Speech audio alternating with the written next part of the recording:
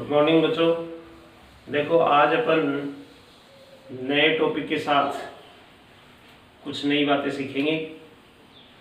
आज आपको अधि अभिधान और न्यून अभिधान के बारे में बताएंगे। अधि अभिधान क्या होता है पहले ये समझिए। जब कंपनी अंशों का निर्गमन करती है तो उससे ज़्यादा अंशों के लिए कंपनी के पास आवेदन आना ये अधि अभिधान कहलाता है। निर्गमित अंशों से अधिक अंशों के लिए आवेदन आने को अधि अभिधान कहते हैं। न्यून अभिधान निर्गमित अंशों से कम अंशों के लिए आवेदन प्राप्त होने को न्यून अभिधान कहते हैं। ठीक है। अधि अभिधान थोड़ा सा ध्यान देने की जरूरत है। न्यून अभिधान बहुत ही सिंपल टॉपिक है, उसमें ज़्यादा दिक्कत नहीं होगी। सिर्फ हमें अधि अभिधान पर ज़्यादा फोकस देना है, उसी को अच्छी तरह से समझना है। तो हम एग्जाम्पल के माध्यम से इसको समझते हैं। आर लिमिटेड 100 रुपये वाले 20,000 अंश 120 रुपये प्रति अंश पर निर्मित किए जो निम्न प्रकार दिए थे। यानी कंपनी ने 20,000 अंश निर्मित किए। कितने रुपए का है एक अंश? 100 रुपये का है। और कंपनी कितने में इश्यू कर रही है? 120 रुपये।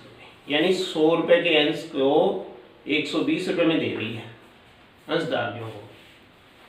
अब 20 रुपये जो है वो प्रीमियम के ले रही है, ज्यादा ले रही है 20 रुपये, वो प्रीमियम के ले रही है। तो हमें प्रीमियम का ध्यान रखना है।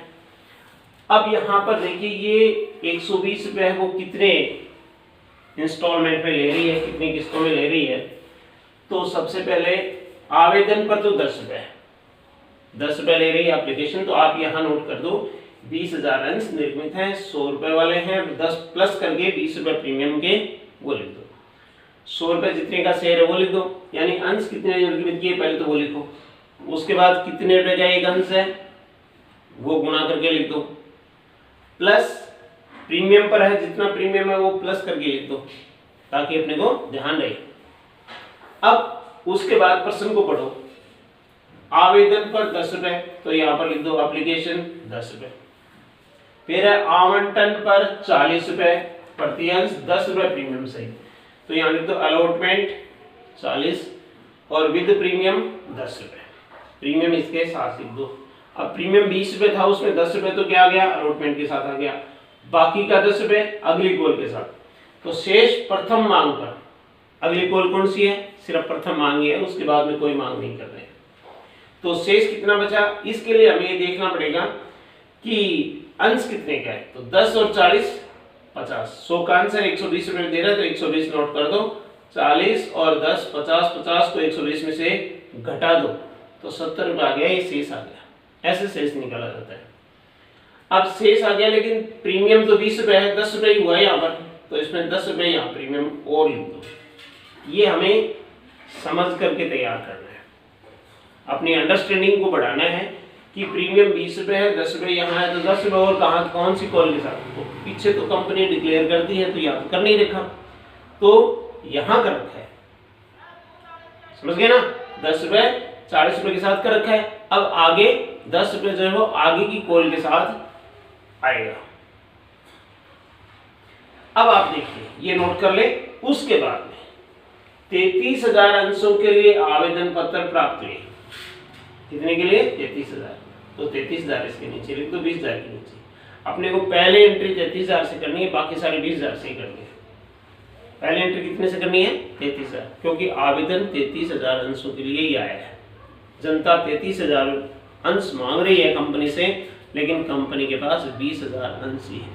तो जनता को थोड़ी पता है इस बात का कि कंपनी को किन किन ने आवेदन किया है। तो सबने फॉर्म भर करके दे दिया अपनी रिक्वायरमेंट के हिसाब से। तो कंपनी के पास 33,000 आवेदन फॉर्म आ गए। अब एक आवेदन फॉर्म के कितने, एक अंश के आवेदन फॉर्म के लिए कितने रुपए दे रही है? 10 रुपये। तो 33,000 पर कितना हो जाएगा? 3,30,000 रुपये। 33,000 गुना 10, 3,30,000। तो अपन एंट्री करेंगे बैंक अकाउंट दिया तो शेयर एप्लीकेशन 3,30,000, यही करते हैं। फिर दूसरी एंट्री करेंगे शेयर एप्लीकेशन अकाउंट दिया 3,30,000, ये नोट कर दिया। अब अपने को समझना है ये शेयर कैपिटल में कितना ट्रांसफर करेगी, तो 2 शेयर कैपिटल। अब कितने निर्गमित अंश हैं 20,000। 20,000 को 10 से गुणा किया, कितना आया 2 लाख। ये 2 लाख रुपए शेयर कैपिटल में ट्रांसफर कर देंगे। अब आपको ये नोट करना है कि किन को मना करती है, किन को कितने अंश देती है, ये अपने को समझना है। 12,000 अंशों के लिए अंशों के आवेदकों को 2,000 अंश देती है। 3,000 अंशों के आवेदकों को मना कर दिया। 3 वालों को तो मना ही कर दिया। जिन्होंने 3,000 अंश मांगे कंपनी से, उनको तो कंपनी ने मना कर दिया। तो आप लिख दो 3,000 और मना कर दिया तो 0, कुछ नहीं दिया। 12,000 अंश जिन्होंने मांगे उनको कितना दिया 2,000, तो 12,000 यहां लिख दो, 2,000 यहां लिख दो। अब शेष यहां देखिए, ये लाइन पढ़िए, तथा शेष आवेदकों को संपूर्ण आवंटन किया गया। यानी शेष आवेदकों को, तो शेष आवेदक कितने बच गए, तो 12 3 15 जोड़ लो, और टोटल कितने आवेदन आए थे 33 यहाँ नोट कर दो। 12 3 15, 33 में से 15 घटा दो, 18,000 शेष बच गए। ये शेष आवेदक हो गए, ऐसे निकाल लेंगे।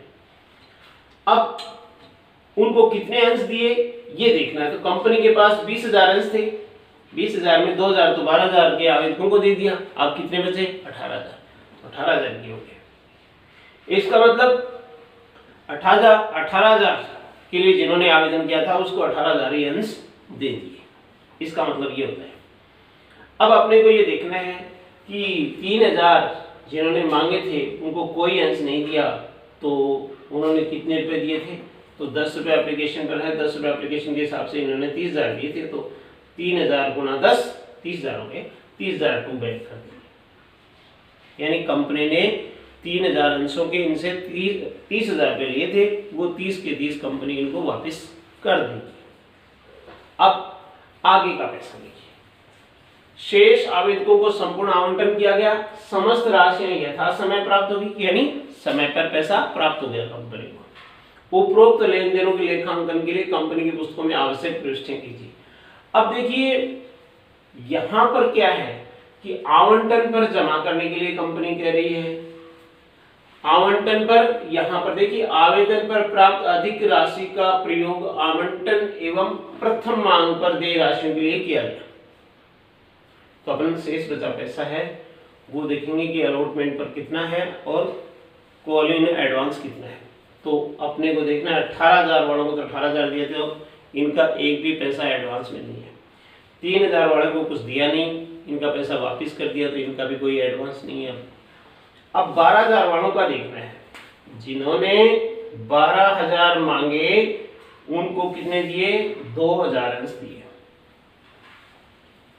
अब देखिए इनका देखना है। यहाँ पर 12,000 अंशों का 10 रुपए के हिसाब से कितना बनता है 1,20,000, लेकिन कंपनी ने इनको कितना दे दिया 2,000 अंश दे दिए। तो 2,000 अंशों को 10 से गुणा करके 20,000 रुपए कंपनी ने इनको अंश दे दिए 20,000 रुपए के। 1,20,000 में से 20,000 रुपए के अंश दे दिए, तो अब कंपनी के पास इनका कितना पैसा रह गया 1 लाख रुपए। इसमें से घटा देंगे 1 लाख रुपए रह गया। अब आगे की कॉल 2,000 के हिसाब से मांगेगी इनसे। तो अब 2,000 के हिसाब से मांगेगी, तो 2,000 अंशों के 40 रुपए के हिसाब से अलॉटमेंट, अगली कॉल अलॉटमेंट है। 40 रुपए के हिसाब से 2,000 अंशों के 80,000 रुपए बनते हैं, तो 80,000 रुपए अलॉटमेंट के जमा कर देंगे इसके। फिर 1 लाख में से 80,000 घटा दिए तो बच गए शेष, ये कॉल इन एडवांस मान लेंगे। तो ये कॉल इन एडवांस इस तरह से अपने को समझना है। ऐसे समझ में नहीं है कि थोड़ा सा यूं कर लो, इसको ए मान लो, इसको बी मान लो, इसको सी मान लो। यानी ये शेयर होल्डर है। ए जिसने 3,000 मांगे थे उसको तो कुछ नहीं दिए, बी जिसने 12,000 मांगे थे उसको 2,000 दिए, सी जिसने 18,000 मांगे उसको 18,000 दे दिए। तो पैसा एडवांस में किसका गया, इसका गया। बस इसका ध्यान रखना हमने। इस तरह से अपने को ये एंट्री समझनी है। उसके बाद कंपनी एप्लीकेशन के बाद अलॉटमेंट मांगेगी। अब आपको सिर्फ 20,000 अंशों का ही ध्यान रखना है। तो 20,000 अंशों को अलॉटमेंट के 40 रुपए बनते हैं, लेकिन 10 रुपए इसमें प्रीमियम है। तो 40 को 20 से गुणा करेंगे तो कितना हो गए 8 लाख। तो 8 लाख रुपए अलॉटमेंट के बने। कंपनी 8 लाख रुपए अलॉटमेंट की मांगेगी। Share allotment account DR 8 lakh. To capital का कितना है, प्रीमियम का कितना है, ये अलग अलग कर लो। तो 10 रुपए प्रीमियम के हैं, तो 20,000 को 10 से गुणा कर दो 2 लाख रुपए। 2 लाख प्रीमियम के हो गए, 8 में से 2 लाख प्रीमियम के हो गए तो ये घटा दो 6 लाख कैपिटल के हो गए। ठीक, फिर ये पैसा अंशदारी देंगे। तो देखो 80,000 रुपए यहां पर एडवांस में आ गया है, ये 80,000 एडवांस में आ गया है यहां पर अलॉटमेंट का। तो 8 में से 80,000 दे चुके, कंपनी आपसे कहती है 8 लाख रुपए लाओ और आप कहते हो 80,000 रुपए तो पहले ही हम मांगते हैं एडवांस में, तो वो काट लो अपने, बाकी का कितना बचा 7,20,000। 8 में से ये 80,000 घटा दो, 7,20,000 रुपए जो है वो कंपनी ये पैसा दे देगी। तो कंपनी को पैसा दे दिया जाएगा अंशधारियों द्वारा, तो कंपनी एंट्री करेगी बैंक अकाउंट दिया टू शेयर अलॉटमेंट 7,20,000। अब कंपनी इन अंशधारियों से आगे की मांग मांगेगी, तो आगे की मांग मांगने की वही प्रविष्टि करेंगे, शेयर फर्स्ट कॉल अकाउंट दिया टू शेयर कैपिटल, लेकिन ये प्रीमियम इसके साथ है इसलिए टू सिक्योरिटी प्रीमियम भी कर देंगे। अब राशि देखो, तो 70 रुपए बनाए, ये 70 कहां से आया, इन दोनों को जोड़ करके 120 रुपए का अंश हो गया, उसमें से घटा दो 70 आ जाएगा। 70 में 10 रुपए प्रीमियम हो गया, क्योंकि 20 में से 10 रुपए ही प्राप्त किए तो 10 रुपए और प्राप्त कर लेगी। तो पहले 70 का हिसाब करो, 20,000 को 70 से गुणा करें, 20,000 को 70 से गुणा करेंगे तो कितना बना 14 लाख। तो 14 लाख रुपए फर्स्ट कॉल के डेबिट कर दिए जाएंगे। अब 10 रुपए के हिसाब से 20,000 अंशों के 2 लाख रुपए बनते हैं, तो 2 लाख रुपए से सिक्योरिटी प्रीमियम के हो गए, 14 में से 2 लाख प्रीमियम के हो गए, तो बचे कितने 12 लाख, वो कैपिटल। अब जो कॉल इन एडवांस है 20,000 यानी 14 लाख मांगेगी, लेकिन ये अंशधारी कहते हैं हम तो 20,000 और मांगते हैं आपके, तो 20,000 मांगते हैं तो 20,000 पे कंपनी कॉल इन एडवांस के डेबिट करती है, यानी यहाँ पर कॉल इन एडवांस क्रेडिट है तो यहाँ पर कॉल इन एडवांस डेबिट करती है। ये कॉल इन एडवांस किसका है, फर्स्ट कॉल का ही पैसा है, तो इसको जमा कर दिया। 14 में से 20 ये नहीं आएगा क्योंकि एडवांस में दे दिया जा चुका है कंपनी को। अब शेष पैसा जो है वो शेयर होल्डर है वो कंपनी को दे देंगे, तो कंपनी कर देगी बैंक अकाउंट दिया 14 में से 20 के कितने बचे 13,80,000 to share first and final call 14 lakh. ऐसे ये प्रविष्टि होती है, इस पर थोड़ा सा ध्यान देना है। यानी अभिधान में क्या होता है, पहले अपने को जितने अंशों के लिए आवेदन आता है, आवेदन की राशि आपको दी जाएगी, एप्लीकेशन पर कितना रुपए लिया जा रहा है उससे गुणा करके आपको पहले एंट्री करनी है, दूसरी एंट्री में फिर एडजस्ट करना है। पर्सन में आदि अभिधान की स्थिति में ये नहीं बता रखा हो कि आगे की मांग में कौन सा जमा कर रहा है या नहीं करना है, तो हमें सिर्फ अलॉटमेंट का ही पैसा जमा कर सकते हैं, बाकी का शेष पैसा बच गया वो वापस करना पड़ेगा। लेकिन यहाँ इस प्रश्न में क्या कह रहा है कि आवेदन पर प्राप्त अधिक राशि का प्रयोग आवंटन एवं प्रथम मांग पर देय राशि के लिए किया जाना है, साफ साफ बोल रहे हैं, इसलिए अलॉटमेंट का जमा कर देंगे, बचा वो फर्स्ट कॉल का जमा कर देंगे। अगर ये लाइन नहीं देता तो अलॉटमेंट के अपन 80,000 जमा कर देते, बाकी का 20,000 रुपये इनको वापसी करना पड़ता, टू बैंक वाली एंट्री में जोड़ करके पेमेंट करना पड़ता।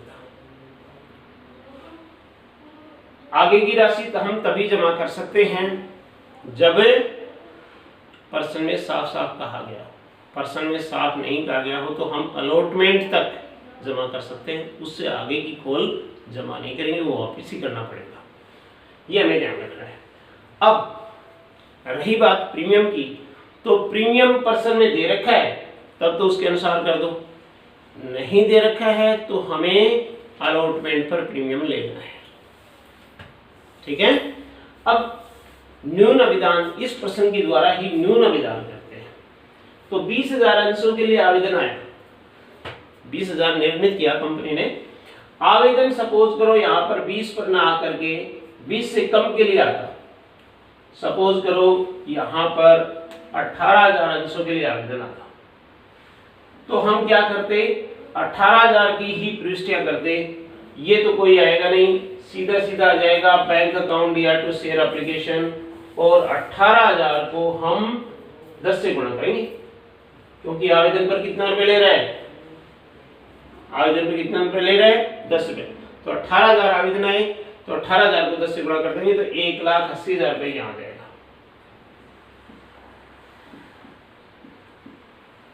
उसके बाद ये 1,80,000 रुपये अपन यहाँ नोट कर देंगे, 1,80,000 डीआर कर देंगे, share application account D R to share capital, ये 1,80,000 कर देंगे। अब ये बैंक वाली कुछ नहीं होगा, ये एंट्री नहीं होगी,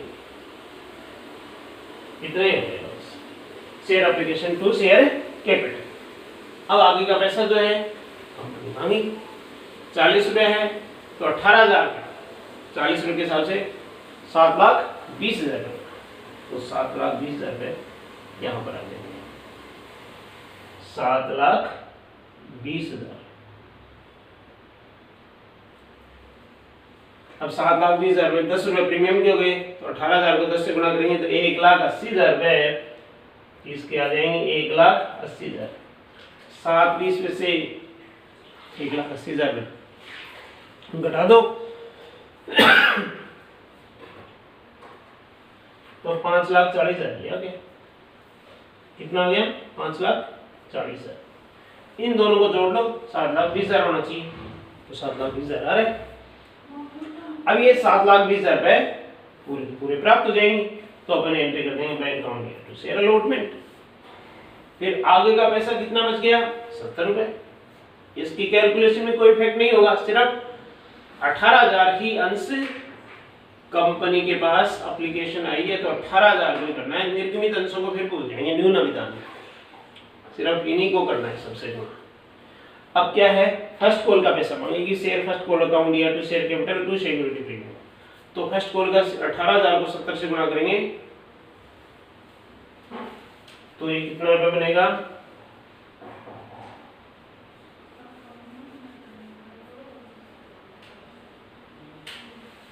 $18,000 का 70 से गुणा करेंगे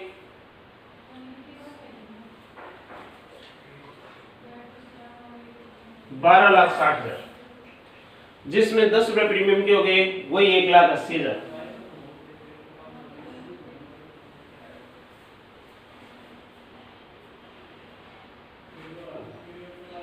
और 10,80,000 कंपनी को शेयर कैपिटल के हो जाएंगे 10,80,000।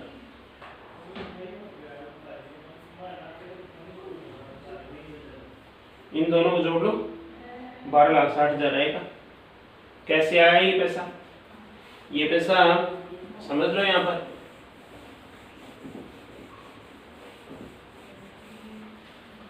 कितने अंश हैं 18,000। 18,000 अंशों को 70 से गुणा करेंगे तो 12,60,000 आ जाएगा। 18,000 अंशों को,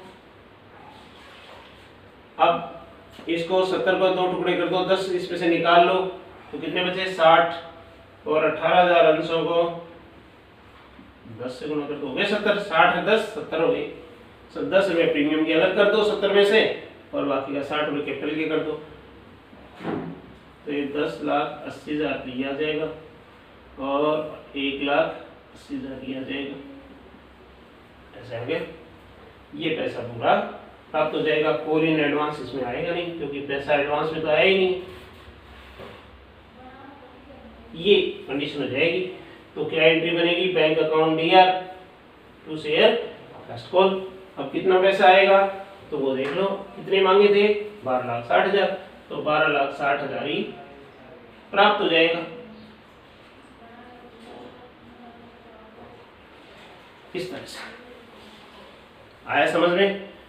अब ये चीजें हैं, इस तरह से आपको क्लियर करने हैं। आदि अभिधान के जितने भी क्वेश्चन है किताब के, वो आप सोल्व करो, समझो, दिक्कत आए आपको बताएंगे, समझाएंगे। आज इतना ही, थैंक्स।